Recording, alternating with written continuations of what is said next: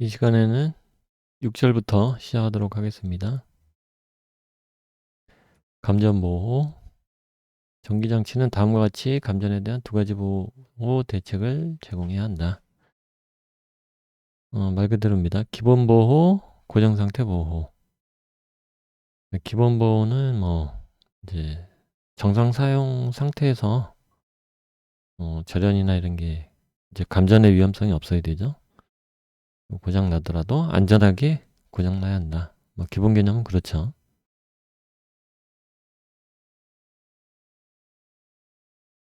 여기는 이제 밸브, 셀브 이런 초안전전압을 사용을 해서 이렇게 감전 위험성을 없앤다. 그런 내용들이 있네요. 뒤에 이제 자세히 한번 보도록 하고. 기본 보호. 자, 이제 사용 목적은 충전부에 대한 직접 접촉에 의한 감전 위험성으로부터 사용자 등 관계자들을 보호한다. 이제 디렉트 컨택, 인디렉트 컨택 이렇게 얘기를 하는데, 이제 손가락이나 이런 게 단자에 직접 닿으면은 안 되죠. 그래서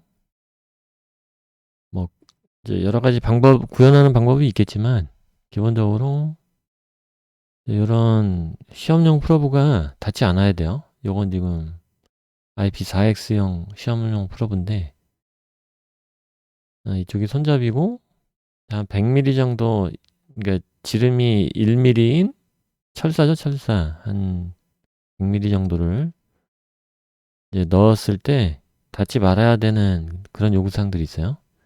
예를 들어서 그 윗부분 같은 경우는 이제 물 떨어지면 안 되고 그냥 쇳가루 같은 거 떨어지면 안 되고, 그래서 좀 좁아요, 요구사항이.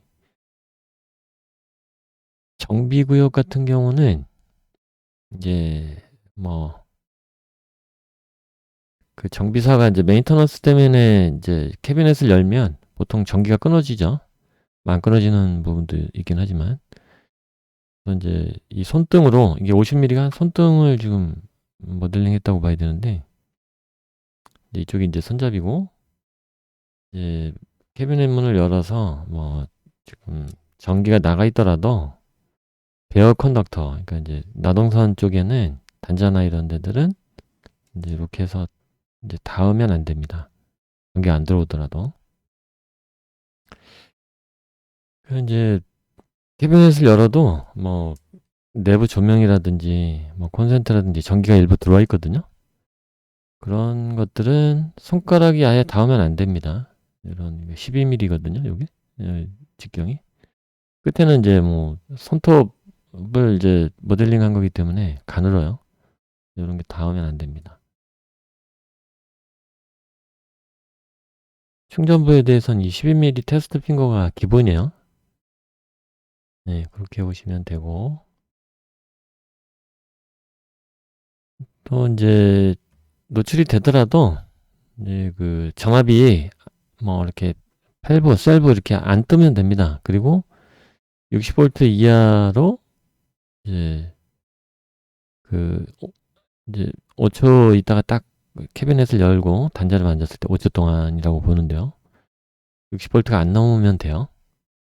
이제 플러그로 돼 있는 경우는 플러그 뽑자마자 이제 바로 닿을 수가 있기 때문에 플러그 같은 경우는 1초. 어쨌든 60V를 안 넘는 거. 위처럼 안 닿게 하든지, 닿더라도 전압이 안 뜨게 하든지, 이런 거예요. 그래서 플러그 같은 경우는 1초, 캐비넷 같은 고정 배선인 경우에는 이제 5초.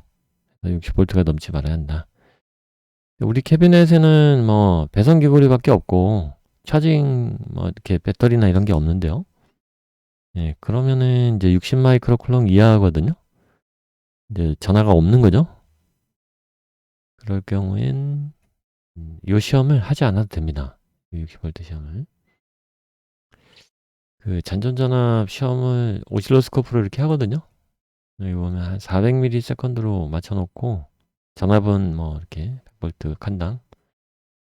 이제 상간 또는 보통 사람이 이제 그 접지를 밟고 있기 때문에 땅을 밟고 있기 때문에 상과 접지 이렇게 두 군데 한다 이렇게 보시면 돼요. 그래서 여기 이제 여긴 지금 1초 해놨는데 뭐 1초든 5초든 기준에 맞춰서 이제 전압이 얼마나 뜨는지 여기 같은 경우 6V 뜨죠? 뭐 60V 뭐 안 뜨니까 오케이 패스.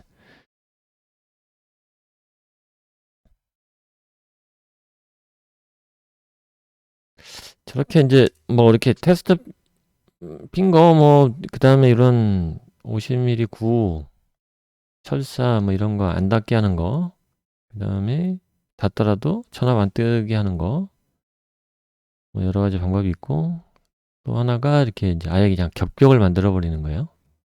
이렇게 캐비넷도 이제 시건 장치하고 그러면은 이제 이게 이런 방법도 있다. 그런 얘기죠. 경계벽 이격시켜 버리는 거죠, 아예. 요게 이제 정상 사용 상태에서 어떻게 절연을 할 거냐, 보호를 어떻게 할 거냐, 감전 보호를 뭐 그 얘기예요. 그다음에 6.3절 이번 이제 두 개가 있었죠. 정상 상태 이제 그 보호와 고정 상태 보호. 고정 상태는 이제 뭐 그 싱글 폴트를 말하는 거예요. 막 그냥 때려 부수는 걸 말하는 게 아니고 단순 그 싱글 폴트를 말하는 겁니다. 안전하게 고장이 나야 된다. 이게 되겠고요.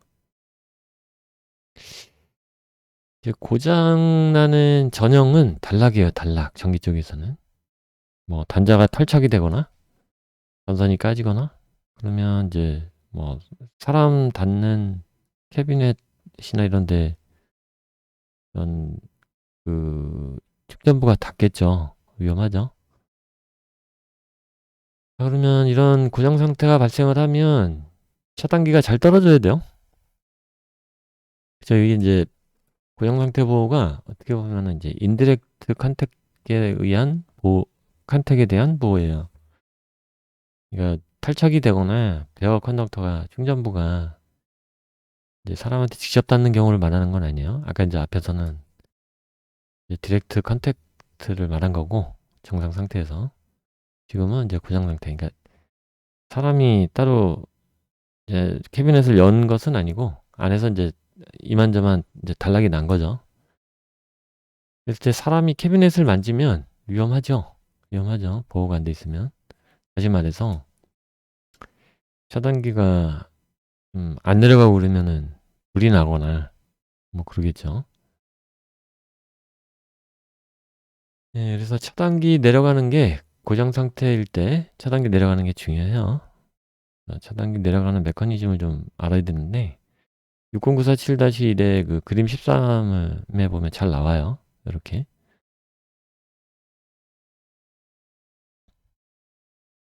여기 뭐 O 오퍼레이션, CO 오퍼레이션 이렇게 돼 있는데 O는 이제 처음에는 차단기 전원이 입력이 안 들어가다가 탁 들어가면서 이제 단락이 발생하는 경우 그다음에 CO 오퍼레이션은 전압이 떠 있는 상태에서 단락이 탁 발생해서 이렇게 되는 경우야. 두 가지 경우. 차단기 시험할 때 두 개를 다 합니다. O 오퍼레이션, CO 오퍼레이션을. 어느 게 더 열악한 시험일지 이제 뭐 차이가 좀 있어요. 여기에. 그리고 이제 차단기 그 시험하는 이제 기관들 사람들이 잘 알 겁니다. 어느 게 더 열악한 시험인지. 이제 단락이 발생을 하면 전류 측면에서는 전압은 이제 뭐 O, CO 이렇게 이제 뜨는 거고 전류 측면에서 보면은 뭐 C든 CO든 O든 여기가 켜지는 지점이잖아요. 켜져 있는 지점이건 켜지는 지점이건 이제 여기서 켜져 있는 거죠. 그럼 전류가 단락이 발생했으니까 빡 올라갑니다. 약간 근데 비대칭으로 내려오죠.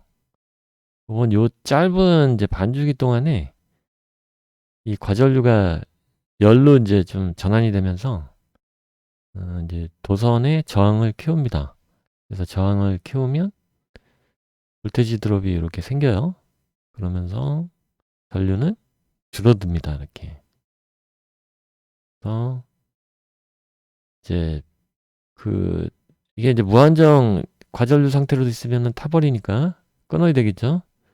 여기가 이제 어, 열동형이나 뭐 퓨즈나 이런 차단기나 퓨즈나 이런 것들이 빠지직 하면서 이제 끊어지는 그 타이밍이에요.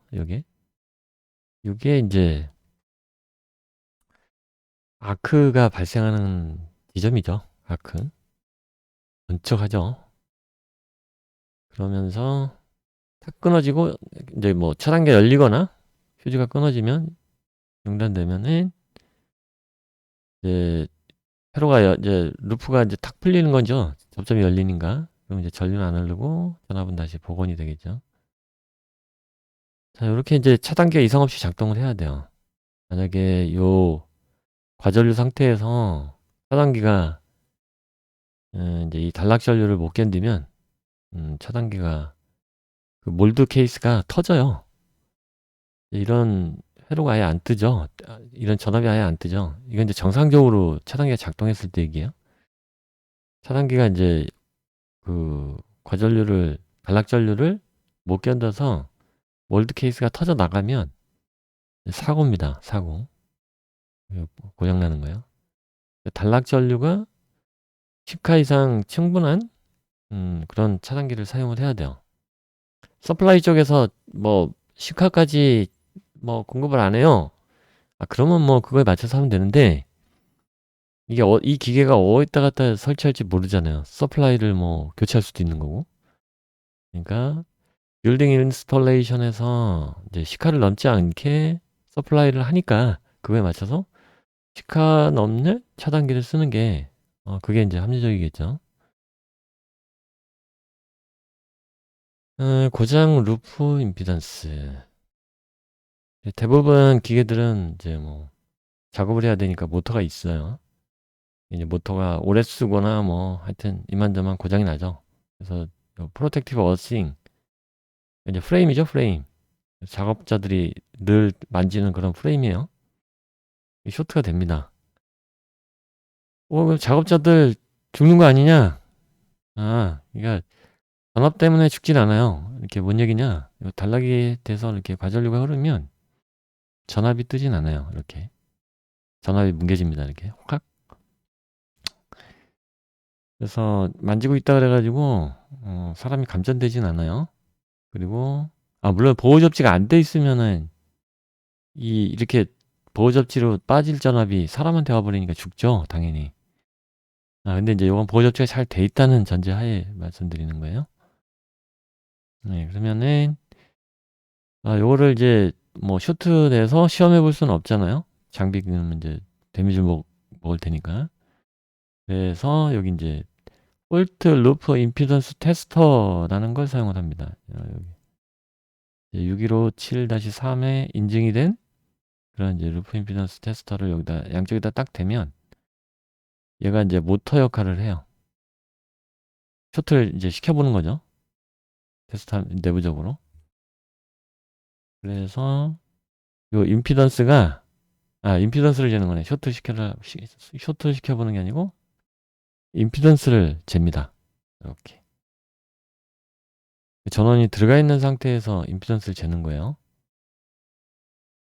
그러면 이제 여기 전압하고 이제 여기 임피던스가 딱 잡히면 여기 단락 전류가 계산이 돼요. 이 임피던스 가지고 전압은 이제 알고 있으니까. 그래서 그게 이제 뭐 1카냐, 5카냐, 10카냐 이렇게 얘기를 하는 건데 아까 말씀드렸지만은 이 파워 서플라이, 그러니까 외부 서플라이잖아요. 공장에서 제공하는. 근데 이게 딱 고정 변수가 아니에요. 뭐 교체할 수도 있고 옆 공장에 가다가 이제 이 기계가 뭐 설치될 수도 있고 그래서 얘는 좀 변수라고 봐야 돼요. 그래서 얘가 이제 출력 내줄 수 있는 최대값? 요걸 이제 얘도 설치 기준에 따라 설치돼야 되기 때문에 10카 이상 단락 전류를 공급하지 않을 거예요. 그래서 요 차단기를 10카에 맞춰서 이제 준비를 하면 되겠다. 그런 얘기입니다. 근데 이제 루프 임피던스가 해봤더니 이제 뭐 한 5카 정도 오카가 나왔다, 예를 들어서. 그러면 이제 시카나 오카 이상 설치를 하면 되는 거예요, 여기에. 근데 이제 뭐 차단기가 지금 맨 앞에도 요것도 차단기라고 했을 때 여기서 단락이 날 수도 있고, 지금 얘처럼 모터에서 단락이 날 수도 있잖아요. 여기서 루프 임피던스를 재봐야 되는 거고, 여기서 단락이 날 수도 있겠다 싶으면 여기서 재야 되겠죠, 접지하고. 그러면 임피던스가 이 먼 데보다 가까운 데가 더 적게 나와요, 임피던스가. 뭐 당연한 거죠. 그러면 카수가 올라가겠죠, 아무래도. 그래서 이 그 분류돼서 가 있는 차단기보다 앞에 있는 차단기가 상대적으로 단락 통전할 수 있는 단락 전류가 높습니다. 그러니까 이쪽 차단기의 카수가 높아야 돼요. 여기보다 당연하죠. 네, 이쪽이 높아야 돼. 그래서 메인 차단기가 카수가 높은 거고요. 뭐 제어반이나 뭐 저 아래로 내려가면은 좀 낮아집니다, 임피던스가.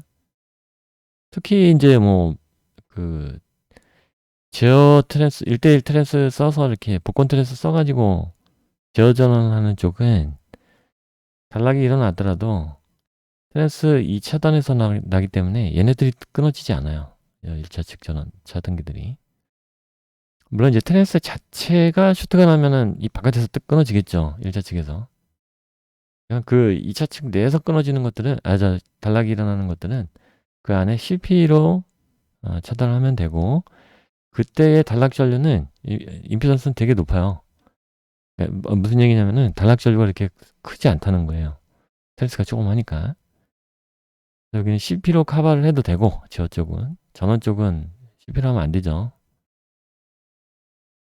날라갑니다, 그냥.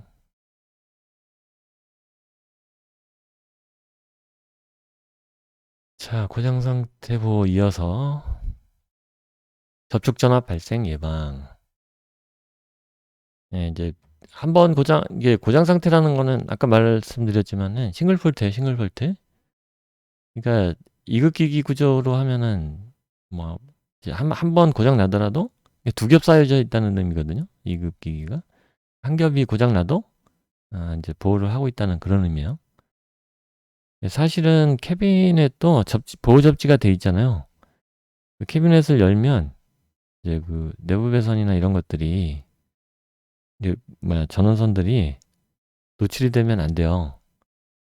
근데 이제 캐비넷이 닫혀 있는 상태에서는 안에 이제 내부 배선이 보통 조준이 돼 있고 캐비넷이 보호 접지가 돼 있기 때문에 2급 기기 기준을 만족을 해요. 두 번 보호하고 있는 거예요. 근데 캐비넷을 열었는데도 통전부가 있다? 그러면 그거는 문제가 되는 거예요. 그래서 사실은 그 캐비넷을 열었을 때 내부 배선이 보이면 안 됩니다. 사실은 그 저기 60V 이상 되는 그 감전전압 말하는 거예요. 그래서 캐비넷을 열었을 때 내부 배선이 안 보이는 게 사실은 가장 그 악유를 없앨 수 있는 방법이에요. 그 쉬운 레이아웃은 아닌데 그게 맞아요. 이제 규격적으로는. 자, 고장 상태 이중 절연기기, 뭐 정기적 분리 이런 방법으로 두 번 절연.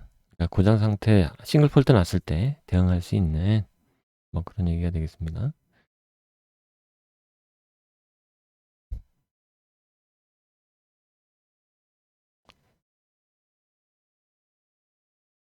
이제 눈에 안 보이고 막 그런 데들 있죠. 그 기계라는 게 그 캐비넷도 마찬가지고 배선이 워낙 많아서 이게 일일이 다 절연 상태를 점검하는 게 어려워요. 그러면 이제 뭐 한 번에 시험할 수 있는 방법이 없냐? 뭐 이제 한 번에는 안 되더라도 이렇게 내전압 시험기로 시험을 하면 상당 부분 찾아낼 수 있어요. 차단기 쭉 이제 서브 그 CP까지 다 올리고 내전압 때려 보는 거죠. 물론 이제 부하가 이제 좀 민감한 것들은 분리를 하고 인증받았는데 이제 좀 민감한 것들이 있어요. 뭐 전자파 필터, YCAP 있는 전자파 필터, 그 다음에 뭐 모터 드라이버, 모터 드라이브도 이제 리크, 그러니까 누설 전류가 좀 많은 편이에요. 그 얘기는 라이브하고 접지 사이에 이제 어떤 누설이 있다는 얘기잖아요. 허용하는. 예, 그런 것들이 이제 좀 이제 고가이기도 하고 인증도 돼 있고, 그러니까 그런 것들은 일단 띄고 배선 위주로 이제 잘못된 배선이 없나, 탈착된 부분이 없나 이렇게 이제 보는 거예요.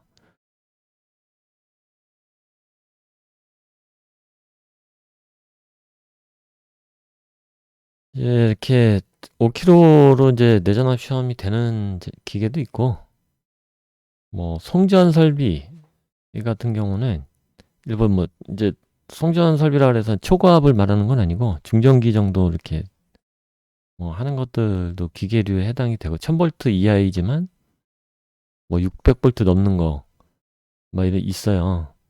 그런 것들은 이제 좀 더 높여 600 아니지 킬로볼트가 넘는 거 6kV 뭐 5kV 이런 게 있어요. 중전기 쓰는 그런 것들은 이제 뭐 기계류에 해당이 되기는 해요. 물론 이제 6020/1은 1000V 이하예요. 이 규격은. 이제 6020/11번 뭐 이런 것들은 이제 더 높아요. 1kg 넘어가는 것들이요. 그런 기계 중전기 뭐 이렇게 예를 들어서 뭐 보드에 이제 배가 들어왔어요. 접안을 했어요. 그러면 거기에 이제 계속 엔진을 이제 동작시키면은 매연이 심해서 그 법으로 금지돼 있어요. 근데 전기는 써야 되고 그러면 이제 뭐 내륙에 있는 전기를 끌어와서 송전을 해줘야 되잖아 임시로 저쪽에. 그러면 이제 그런 송전 설비 같은 경우는 이제 그 고전력은 아니에요. 물론 이제 중전기인데 막 저 철탑에 있는 막 이제 몇백 킬로볼트 막 이런 게 아니고 이제 뭐 6kV 내외예요. 10kV 내외. 그런 것들을 저쪽 그 배에 수전실로 넘겨줘야 돼요. 예, 그래서 그런 송전 설비들은 중전기 송전 설비들은 이제 사고 나면 큰일 나요. 그래서 이런 내전압기도 좀 높은 걸로 시험을 해봅니다. 그거를 보호 접지하고 잘 절연이 돼 있는지. 전압만 높여서 이렇게 시험하면 될 것 같은데 그러면 이제 이렇게 기계가 뭐 이렇게 크지 않아도 될 것 같은데 이제 그 중전기만 하더라도 케이블 두께가 엄청나게 두껍거든요. 이렇게 거기에 이제 코어하고 그 바깥에 이제 절연체 인슐레이터 자켓하고 그 이제 차징 현상이 나타나요. 그걸 이제 디스차징 캐패시티라 그러는데 그게 이제 정전 용량이 많아지기 때문에 그러니까 다른 말로 말하면 이제 누설이 심해요. 굉장히. 이제 우리 그 1000V 이하에서의 그 현상은 잘 안 나타나는데 10V가 넘어가면은 그 현상이 뚜렷하게 나타나요. 그 유전체 역할을 해버리는 거야. 그 안에 그 절연 인슐레이터가. 그래서 누설이 많기 때문에 누설을 감당하고 전압을 올리려면 이 커지는 수밖에 없어요. 그래서 이건 지금 상대적으로 지금 크게 이렇게 해놨지만 얘는 조그맣고 얘는 되게 커요.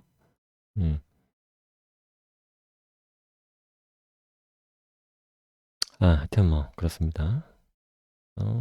이극기기 구조 또는 동등 이상의 절연에 의한 뭐 그쵸. 이극 구조를 하면 되죠. 네, 계속해서 고정 상태 보호. 캐비넷을 이제 보통 많이 쓰잖아요. 이렇게.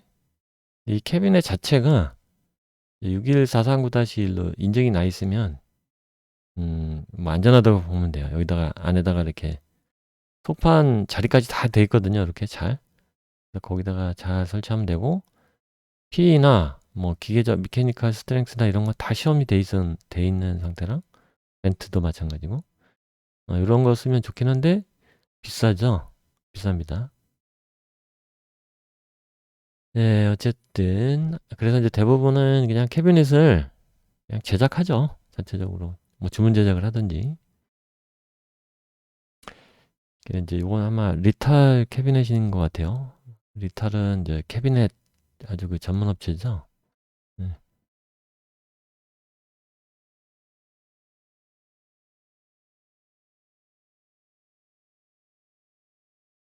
그래서 기계 쪽은 고장 상태 보호하는 게 메인이 이제 그 차단기이기 때문에 차단기 특성을 좀 잘 알아야 돼요. 그래서 뭐 60947-1이나 -2에 자세한 내용이 나옵니다만은 뭐 계략이라도 좀 어느 정도는 알고 있어야 돼요. 차단기가 이제 뭐 예를 들어서 이제 뭐 50A, 100A 뭐 이런 메인 차단기 잘 알죠? 그럼 여기 오면 순시 트립 범위 해서 15에서 32A, 뭐 40에서 100A. 이건 이제 LS 겁니다. LS 차단기인데,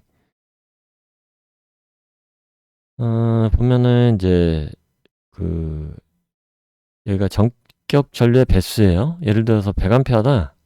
100A에 이제 여기가 지금 진한 청색으로 이렇게 이제 최대 최소가 돼 있죠.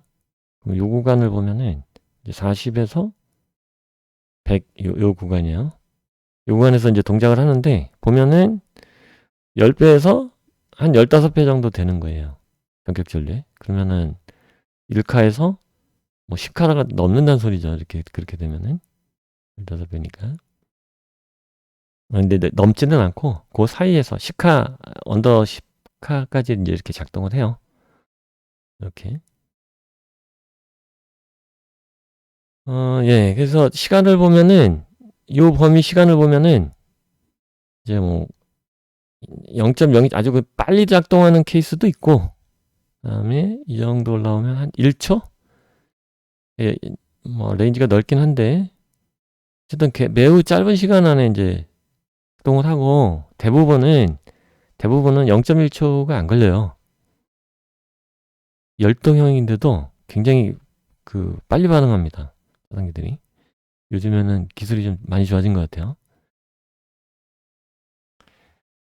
네, 그래서 이게 이제 5초가 지나가 버리면은 이제 타요. 이만큼이 지나가면. 여기 이 특성 곡선에서도 보면은, 이제 그 예를 들어서 뭐 2배, 3배면은 이제 차단 전류 범위 안에는 안 들어오잖아요. 이게 오버로드라고 하는데 과전류 상태거든요. 2배, 3배 이 정도면. 그럼 이제 쭉 올라가 보면 이 차단기는 한 중간 정도 잡으면, 예를 들어서 이제 뭐 2.5배다 전류가. 그러면 이제 한 250A 흐르는 거죠. 100A 기준에서. 250A 하면은 이 정도 중간쯤 왔다고 치고, 그러면은 한 40초, 50초 정도 되는 거거든요. 50초? 그러면은 150A가 50초 정도 흐르면, 거의 1분 정도 흐르면 사고 나지 않겠어요? 그죠? 뭐 안 날 수도 있겠지만, 환경에 따라서 좀 다를 수는 있는데,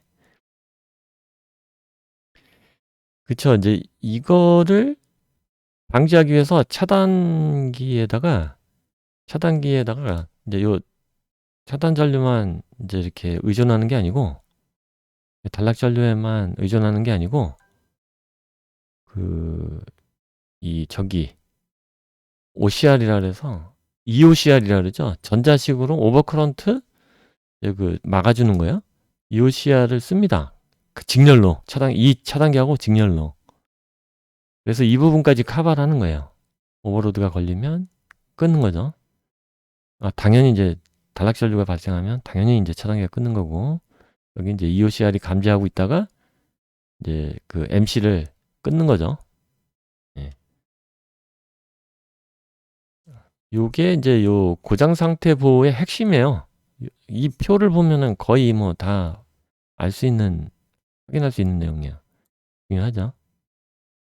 6.3.3절 전원 자동 분리에 의한 보호. 이렇게 단락이 발생하거나 오버로드가 발생했을 때 이제 이렇게 끊는, 이제 분리하는 걸 말하는데, 이제 이게 이제 파워 시스템에 따라서 TN 파워냐, TD 파워냐, 뭐 IT 파워냐에 따라서 차단기의 종류가 조금씩 달라진다. 뭐 기본 개념은 같아요. 그러니까 아까 뭐 루프 임피던스 해서 단락 전류 뜨는 거 그거에 따라서 반응을 하는 거고. 근데 이제 얘네들 TNTT, IT의 근본적인 차이점은 그 차단기의 작동 원리라든지 뭐 그게 다른 게 아니고 어떻게 루프를 시킬 거냐. 자동 분리를 시키기 위해서 뭐 기계나 이제 뭐 배선 자체는 똑같아요. 근데 이제 거기서 발생한 과전류, 단락전류를 어떻게 바이패싱 할 거냐. 그러니까 보호 접지 P를 통해서 어떻게 바이패싱 할 거냐 하는 거에 차이가 있는 거예요. TN, TT, IT가. 그거에 따라서 이제 뭐 민감도를 좀 차이를 둬서 이제 차단기의 종류를 좀 가르는 거예요.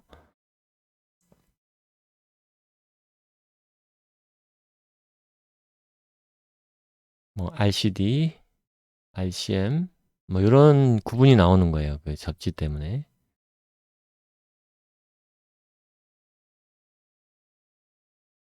기본 개념은 동일해요. 접지를 어떻게 쓰느냐에 따른 차이다. 뭐 이렇게 생각하시면 됩니다. 이게 그 차이가 이제 여기 나오죠. L1, L2, L3 3상 그 다음에 뉴트럴이 있으니까 4선이네요. 그죠? 3상 4선에 P가 붙었네요. 그러면 플러스 P 여기 나오죠?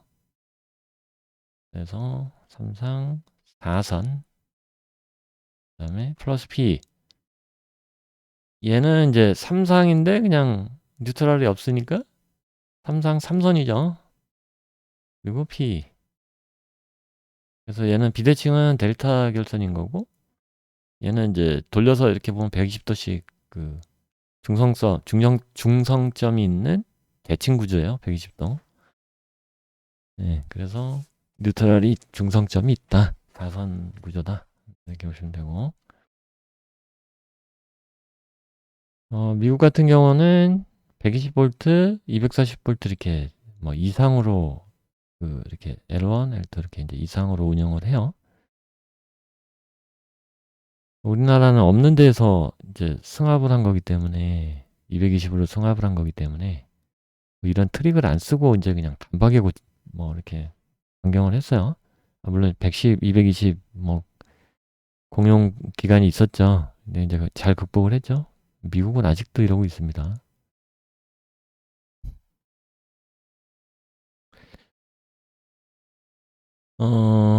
버서스 빌딩. 자, 요거는 이제 뭐 요 위에는 TN 파워 지금 설명한 거고 TT 파워로 넘어오면 접지를 안 땁니다.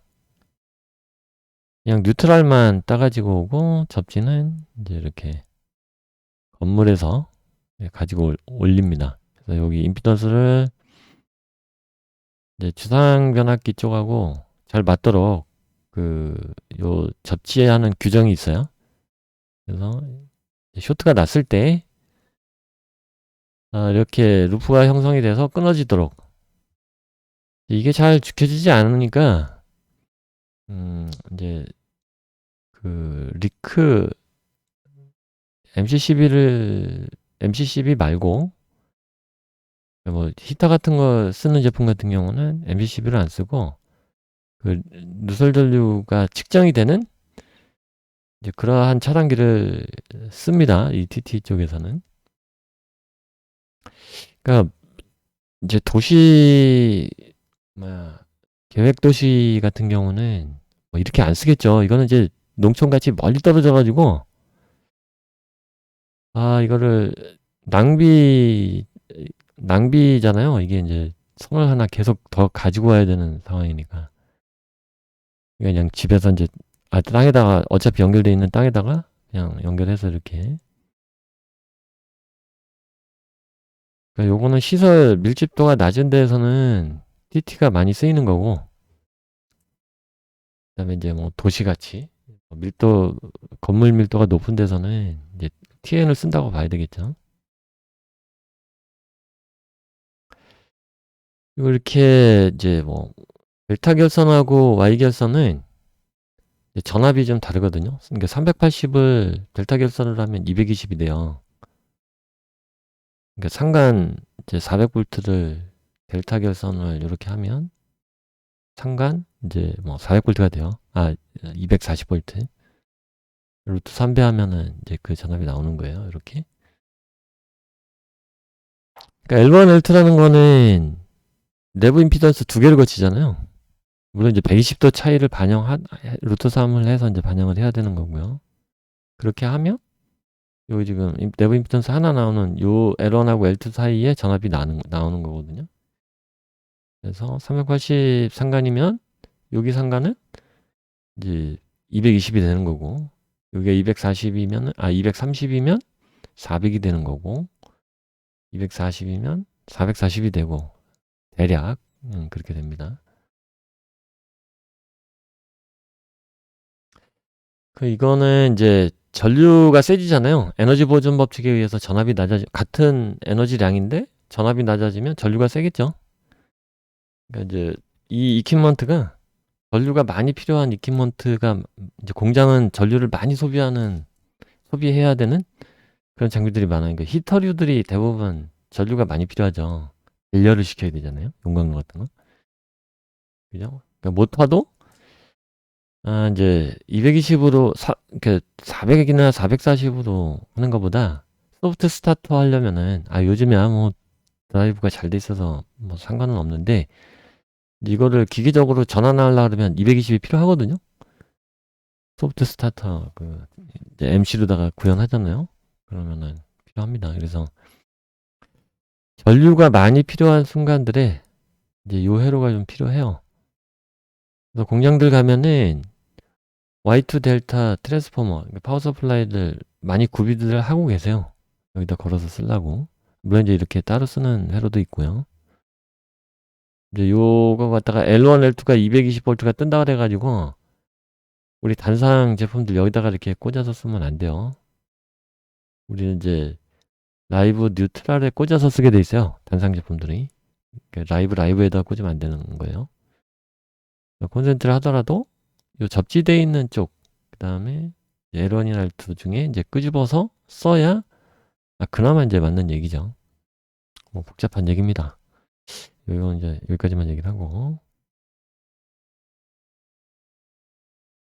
이건 IT 제품. 평소에는 갭이 있다가 단락이 발생하면 이쪽으로 팍 흐르는 뭐 그런 구조예요. 뭐 거의 안 씁니다. IT는. 추운 나라에서 가끔 쓰는 것 같은데.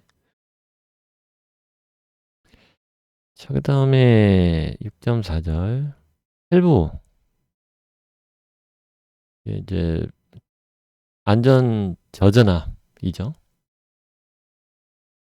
이건 이제 노출돼도 25V 이하 안전 저전압이기 때문에 여기 DC 60V네요. DC 60V 안전 저전압이기 때문에 뭐 감전될 필요가 없어서 노출이 돼도 뭐 감전이 안 되니까 안전하다고 보는 거예요. 밸브보다는 밸브를 쓰는 게 완전히 절연된 상태로 전원 공급을 받는 게 좋긴 하죠. 뭐 셀브나 밸브나 지금 다 허용하는 걸로. 네.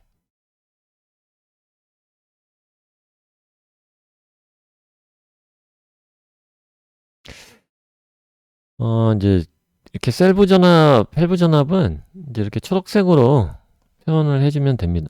초록색이 아니지.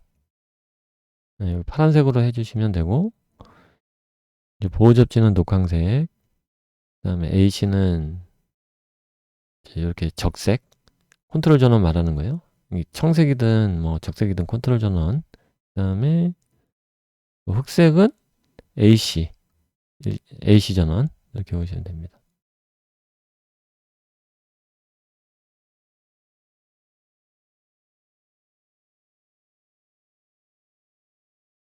그쵸. 이게 이제 SMPS가 대표적이죠. 밸브 회로 제공하는. 입력은 이제 뭐 100에서 220 뭐 이런 거 높은 전압 받고, 그다음에 출력은 뭐 이렇게 15V, 뭐 12V, 24V 이렇게 내보내는 거예요.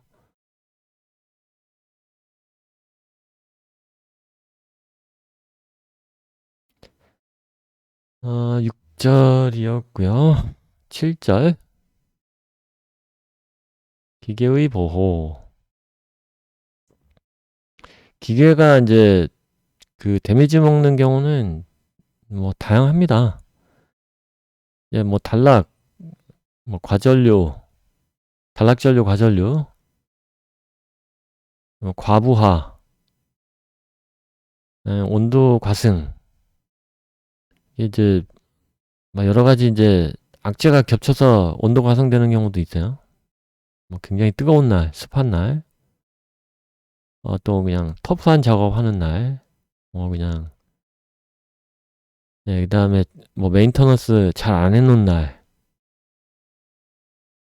그렇죠. 그러면은 근데 거기에 이제 공급 전압 상실, 그러니까 외부에 있는 뭐 파워 서플라이가 비실비실하거나 전압이 뭐 잘 안 뜨거나 전류가 뭐 이렇게 잘 안 흐르거나 또 모터가 과속되거나 또 이제 누설을 받아줘야 되는데 접지가 이제 마탱이가 같거나 파워 서플라이 단자를 잠깐 했다가 이제 붙였는데 또 역상으로 접속을 해버리거나 번개도 치고 내부에 이제 막 그 오버슈트 되는 서지 같은 거 막 생기고 이런 악조건들이 겹칠 수 있어요. 자, 그러면은 기계가 마탱이가 가죠. 이만저만 해서. 그걸 이제 잘 보호하려면 그 하나하나를 다 규정 미달 여부를 이렇게 판단을 해야 돼요. 이렇게. 하나하나 다 점검을 해야 돼요. 지금 7절이 이제 이걸 하나하나 따져보겠다. 이제 뭐 그런 얘기인 거예요.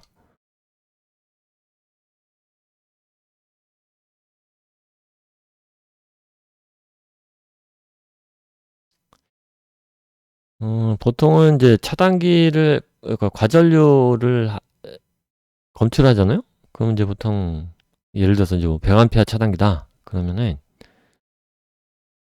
그 차단기는 이제 1에서 1.45배 정도에서 작동을 한다고 보면 돼요. 뭐 100A 딱 돼서 작동을 하는 건 아닌데, 한 1.2배? 그러니까 한 1.2배 정도 넘어가면은 이제 거의 떨어진다고 봐야 돼요. 시간 문제예요. 열동형을 기준으로 했을 때 이제 아예 그 접점이 이제 작동 레디예요. 레디 투 오퍼레이션이에요.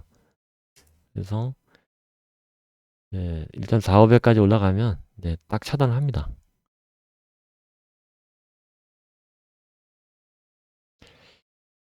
근데 이제 이거를 뭐 이제 2배가 가도, 근데 이제 200A가 돼도 이게 안 끊어질 수가 있어요. 차단기가. 원래는 1.45배만 돼도 끊어져야 되는데 이제 짧은 시간, 아주 짧은 시간 좀 버티다 끊어져요. 짧은 시간. 그러니까 이제 단락이 나버리면은 아예 그냥 뭐 0.1초에서 그냥 거의 전후로 팍 끊어져 버리거든요. 근데 이제 오버로딩 되는 경우, 뭐 1.2배 이상, 뭐 2배까지 오버로딩이 되는 경우에는 몇 초라도 버티거든요, 얘네들이. 그 사이에 뭔 일이 일어나면 안 되는 거예요, 사고가. 여기 이제 1.45배 요 사이에 이제 작동해야 한다. 이제 이거를 따로 이제 별도로 증명하기는 어렵고, 부하를 이렇게 가변할 수는 없으니까. 인증받은 차단기를 쓰는 걸로 가름을 하죠. 이런 거는. 전원 케이블. 이제 케이블은 뭐 자켓이 있는 케이블 같은 경우는 이중 절연 구조인데 대부분 내부 배선은 이제 보통 절연만 돼 있어요. PVC로. 그래서 그 차단기가 어쨌든 이 성능이 안 나오면 내부 배선에서 문제가 생기면 차단기가 작동을 안 하면 이제 불나버리거든요. PVC라. 아까 그 전류량 막 흐르는 거 봤죠? 그 특성 곡선에서. 그 정도 그냥 뭐 5초 안짝으로 그냥 커가 돼요. PVC 같은 경우는. 조심해야 된다.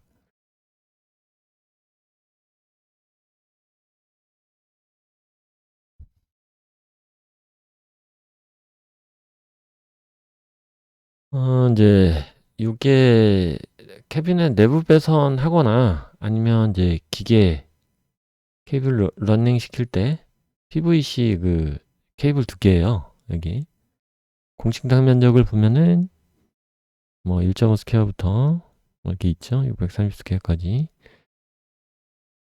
100A 예를 들어서 보면은 100A 그 스퀘어를 정하려고 할 때 100이면은 이제 대충 보면은 뭐 이 정도가 되겠죠.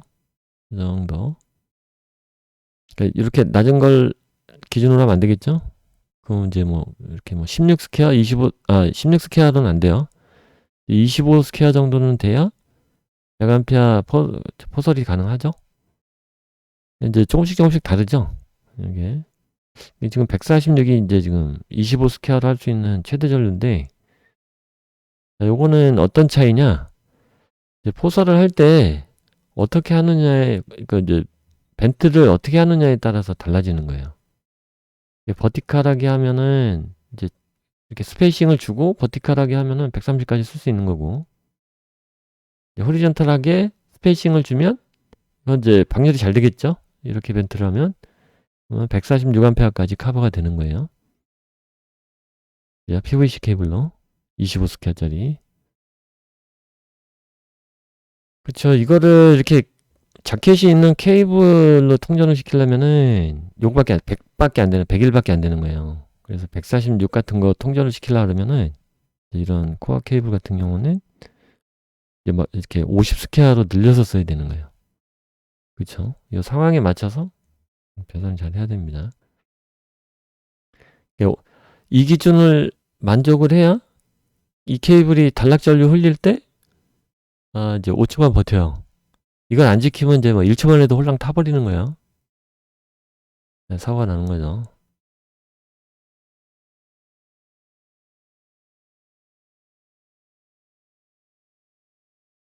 음,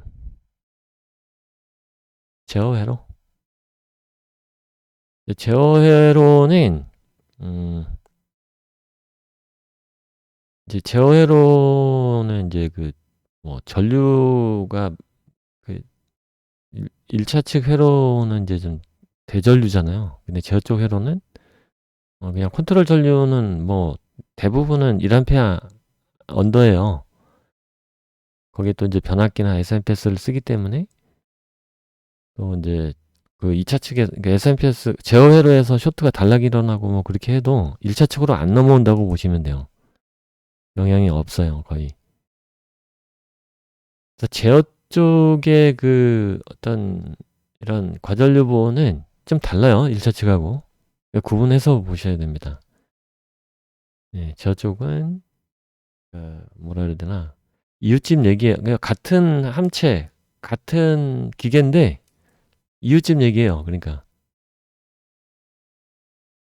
뭐 이걸 뭐 한 지붕 두 가족이라 그래야 되나? 뭐 하여튼 네, 그래서 좀 안전 측면에서 봤을 때는 과전류 보호 측면에서 봤을 때는 따로 놉니다. 제어 쪽으로하고는 보호 쪽하고. 그래서 기준을 이렇게 따로 가지고 있습니다. 이렇게 이제 일단 1차 측에서 따가지고 옵니다. 그래서 이제 SMPS 1차 측, 뭐 변압기 1차 측에다가 넣죠. 220이든 뭐 이렇게 넣습니다.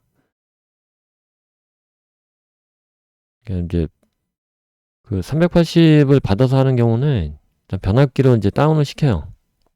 복권 변압기로. 그다음에 그 220을 가지고 SMPS 전원을 또 넣습니다. 이제 뭐 1차 측이 220, 삼상 220인 경우에는 그냥 다이렉트로 SMPS로 다이렉트로 들어오면 안 된다 그랬죠. L1, L2가. 이제 변압기를 거쳐서 이제 이렇게 SMPS로 들어옵니다. 그리고 이제 그 앞단에 변압기, 이제 SMPS는 1차 측에 보호 장치가 돼 있으니까 내부적으로 변압기 같은 경우는 없어요. 그래서 그 앞에 이제 양단에 이제 그 차단기나 휴지를 넣어야 되고요. SMPS 뒷단도 이제 그 보호 장치가 있어야 되는데, 이제 SMPS가 워낙 그 2차 측 과전류에 보호가 잘 돼 있어서 뭐 그럼에도 불구하고 CPU들을 다 넣고 이제 뭐 그냥 그 정비할 때도 필요하기도 하고 그래서 넣긴 하죠. 그래서 제어 쪽은 배선을 할 때 한쪽 도선이 접지에 연결된 경우 스위칭 제어 쪽 도선에 과전류 보호 장치를 삽입한다. 이렇게 하는 게 맞고요. 이게 요 그림으로 보는 게 좋아요. 그림으로. 뒤에 아마 이제 그림이 나올 텐데요. 그냥 그림으로 한번 볼까요?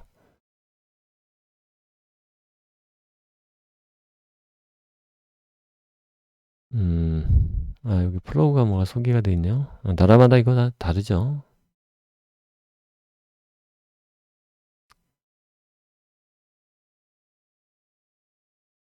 요런 트랜스를 씁니다. 변압기. 1차 측에서 뭐 400, 440, 380 뭐 다양하죠. 3장 전원을 받아서 2차 측 제어 전원을 주는 거예요. 여기 이제 스위치 모드, SMPS에 보면은 이런 게 들어가 있어요. SMPS 스위치 모드 트랜스죠. 제어 전원이 어딨냐? 저쪽 8자리, 이쪽이 아마, 이쪽은 아직 준비를 드렸는데, 그러면 처음 해봤던 제어 전원을 볼까요? 처음에. 이 위에서 봤던 것 같은데, 여기 있네요. 여기 보시면은, 지금 말씀드린 게 이거거든요. 그러니까, 여기 이제 변압기 또는 SMPS잖아요. 이제 복권이에요. 이제 완전히 도전적으로 분리가 돼 있는 상태고, 1차 측에서 들어올 때 퓨즈가 있어야 돼요, 양단에. 그죠? 그리고 제어 전원으로 넘어왔을 때, 이게 접지가 공통이 잡혀져 있는 부분은 휴지를 넣으면 안 되고, 이쪽을 스위칭 쪽이라 그래요. 이 스위칭 커넥터 쪽에 휴지를 넣어야 되는 거예요, 이렇게. 이쪽은 대전력인데 전류가 많이 흐르죠. 이쪽은 전류가 아주 적게 흘러요. 그래서 이 F3 같은 경우는 보통 이제 CP 같은 거 용량 작은 걸로 이렇게 몇 암페 안 되는 걸로 넣습니다. 이렇게. 그래서 여기서 쇼트가 나면 얘가 이제 차단이 되게. 그걸 얘기를 하는 겁니다. 여기서. 그러니까 이제 잡지를 안 할 경우에는 양쪽에다가 넣을 수도 있어요. 이렇게. 그리고 이제 이렇게 덕트를 이렇게 덮어서 노출이 안 되는 가정 하에서는 이 잡지가 없어도 되거든요. 단락될 만한 아예 그 근원을 없애버리는 거예요. 그러면 이 잡지가 없어도 됩니다. 그리고 이제 이중저장 구조가 되잖아요. 그럼 이제 요 그냥 하나만 있어도 이중저장 구조에서는 커버가 돼요. 양쪽에 다 넣어도 되고.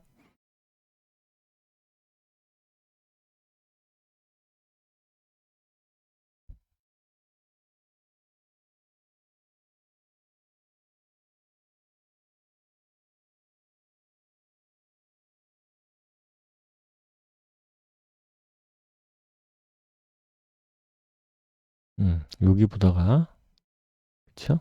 네. 여기 이제 뭐 분기업에 상관없이 제어로 도선 전체가 동일한 전류를 갖는다면 스위칭 제어 쪽 도선에 관련 장치를 삽입한다. 그다음에 뭐 이런 얘기가 있는데 아까 그 그림만 좀 잘 기억하면 될 것 같아요.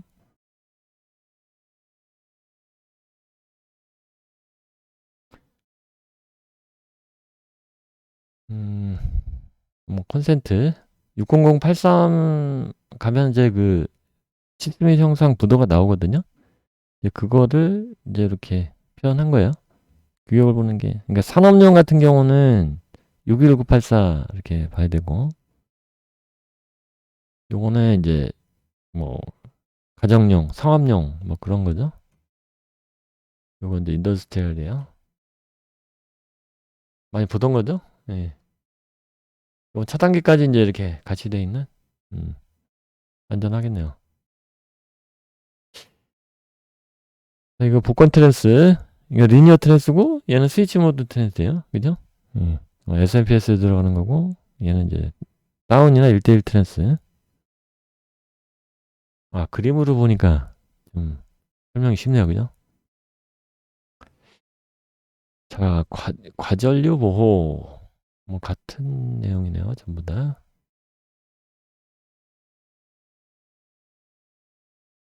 그러니까, 과전류 장치를 할 때, 뭐, 이런 기준을 정해줘야 돼요. 그러니까, 도선의 전류 통정 용량이 부하의 전류 통정 용량과 같거나 크다. 그러니까 도선이, 뭐, 단락 전류나 과전류가 발생하더라도, 그러니까 부하 측에서, 도선은 그걸 다 받아줘야 돼요. 그러려면 더 두꺼워야 돼요. 용량이 커야 되는 거예요. 작은 분기한 곳에서 3m 넘지 않아 한다. 이제 그 배선을 분기할 때는 이제 그 차단기를 기본적으로 분기를 하는 이유는 보통 이제 낮은 부하를 또 걸려고 이제 분기를 보통 하는데 3m 이내에 이제 차단기를 CP나 이런 걸 좀 달아줘야 돼요. 덕트나 이렇게 막 다 가려지고 그러면 차단기가 필요 없기는 해요.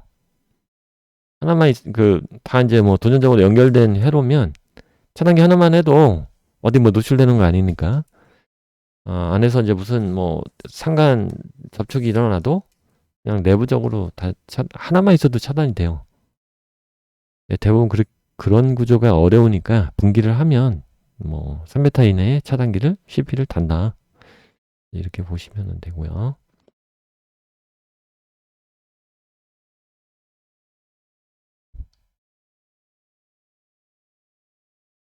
네, 아까 그 루프 임피던스, 고장 루프 임피던스 좀 설명을 드렸었죠. 그리고 아까 1.45배? 요거, 이게 이제, 뭐, 6024 그림 D-2에 보면은 이렇게 나와요. 여기 1.45배 나오죠? 예. 그래서 IZ, 그러니까 이제 커런트 캐링 커패시티, 이제 100A다. 그러면은 145A. 요게 이제 그 트리핑이 일어나는 구간이에요. 여기가.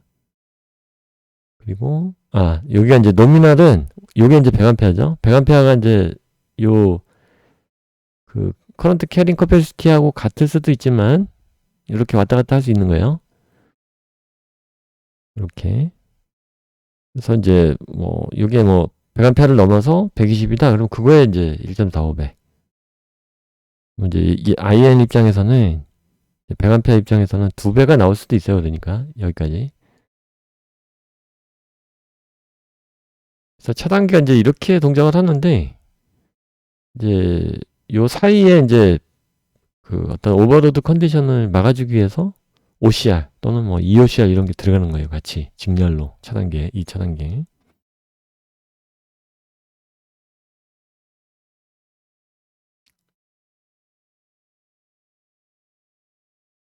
또 아까 이제 뭐 모터 과열 이런 것도 있었죠. 기계 보호 그 이제 W 상에 이제 이런 모터 과열도 있었어요. 이제 뭐 세 가지 정도 보호를 해야 돼요. 이렇게 뭐가 이제 부하가 확 걸려서 이제 뭐 여기 이제 최대 토크 요거 있잖아요. 근데 뭐 최대 토크 전부하 토크, 무부하 토크, 뭐 기동 토크,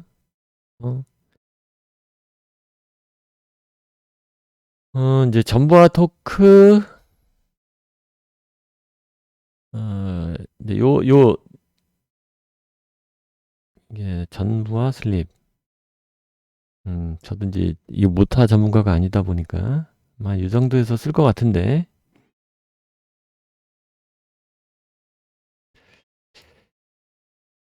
자, 어쨌든 이제 이게 과부하가 걸릴 수 있죠. 이런 토크 이게 이제 유도전동 3상 뭐 유도전동기 이제 특성 곡선이죠. 이제 과부하가 걸리는 거를 좀 피하게 하는 거. 그다음에 과온 보호. 이제 이게 뭐 어쨌든 뭐 이제 뜻하지 않게 과부하가 계속 걸려서 쓸 수가 있죠. 모르는 상태로.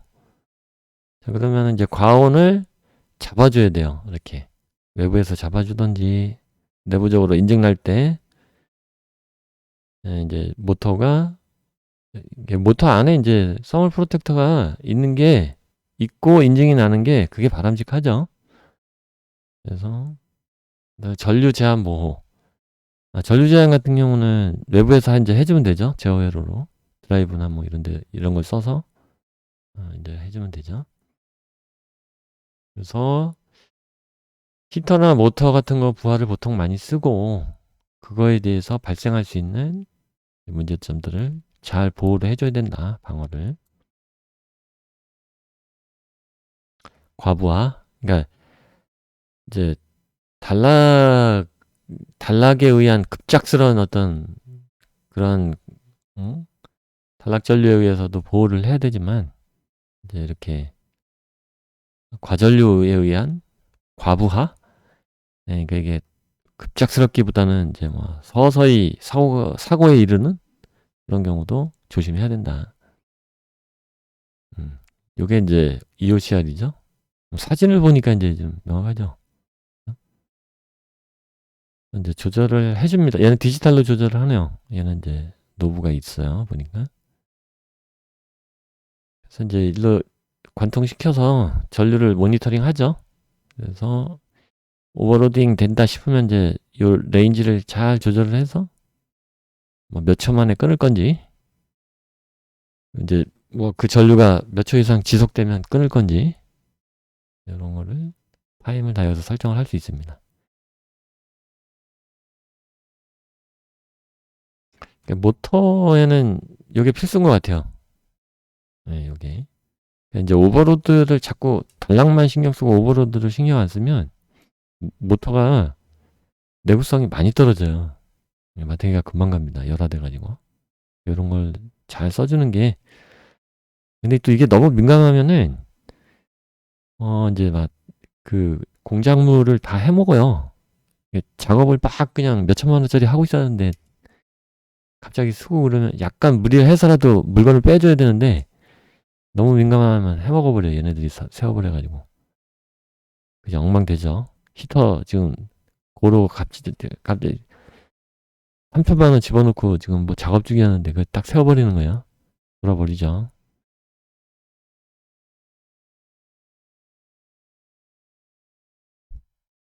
요거는 이제 바이메탈 다양하죠. 네, 이런 게 있어요. 모터에 이제 내부적으로 이렇게 넣습니다. 사용을 하죠.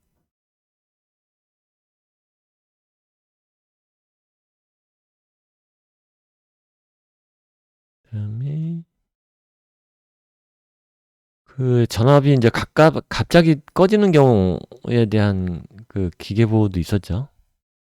전원이 갑자기 나가면 이제 뻗뜩 생각나는 게 UPS죠. 예. 뭐 요렇게 생겼습니다. UPS는. 이제 짧은 시간 동안 해주는 거고, 이거 제어 회로에 해주는 거예요. 제어 회로에. 이게 이제 그냥 아예 그냥 대전력 회로가 1차 회로가 마탱이가 간 거는 뭐 어떻게 할 수는 방법이 없잖아요. 그건 뭐 천재지변인 거고. 제어 전원이 마탱이가 갈 수도 있거든요. 근데 이제 UPS로 살려주면 됩니다. 이렇게.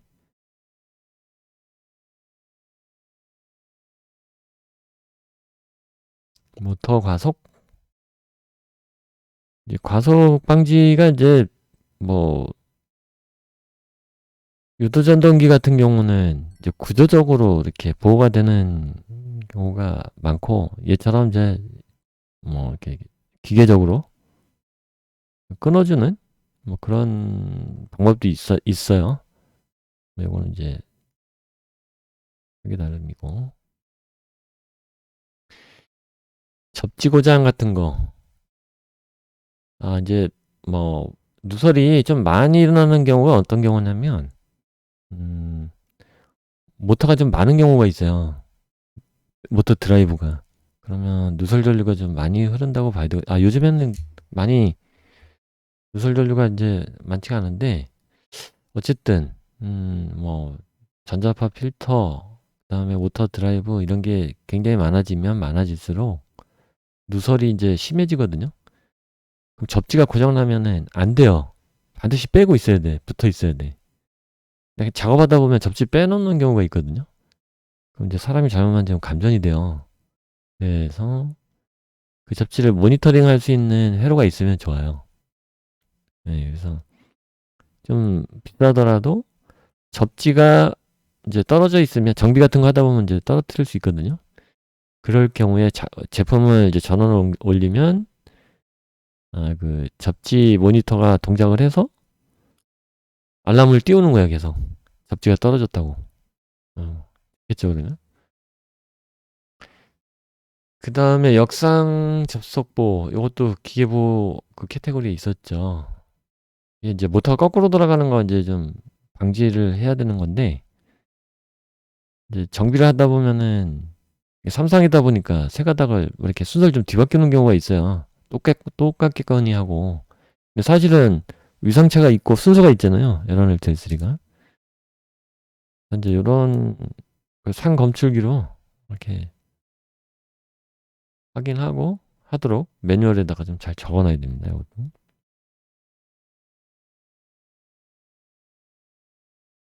이거 이제 낙뢰, 스위칭, 요것도 기계보호에 좀 중요하죠. 번개 맞으면은 이제 마탱이가 가죠. 제어회로라기보다는 이제 뭐, 네, 제어회로도 마찬가지고.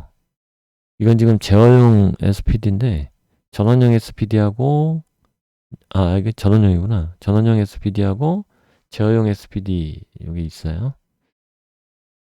제어용도 민감한 경우에는 넣는 게 좋죠. 뭐, 규격은 좀 다르긴 한데.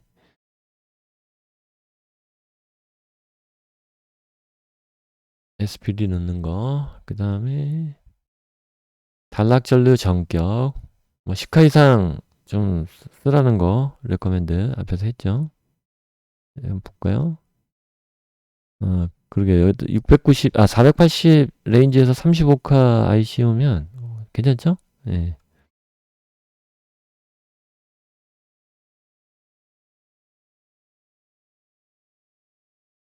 8절 등전이 접속. 이쪽은 이제 접지 쪽인데, 이쪽은 다음 시간에, 네, 다음 시간에 하도록 하겠습니다. 네, 수고하셨습니다.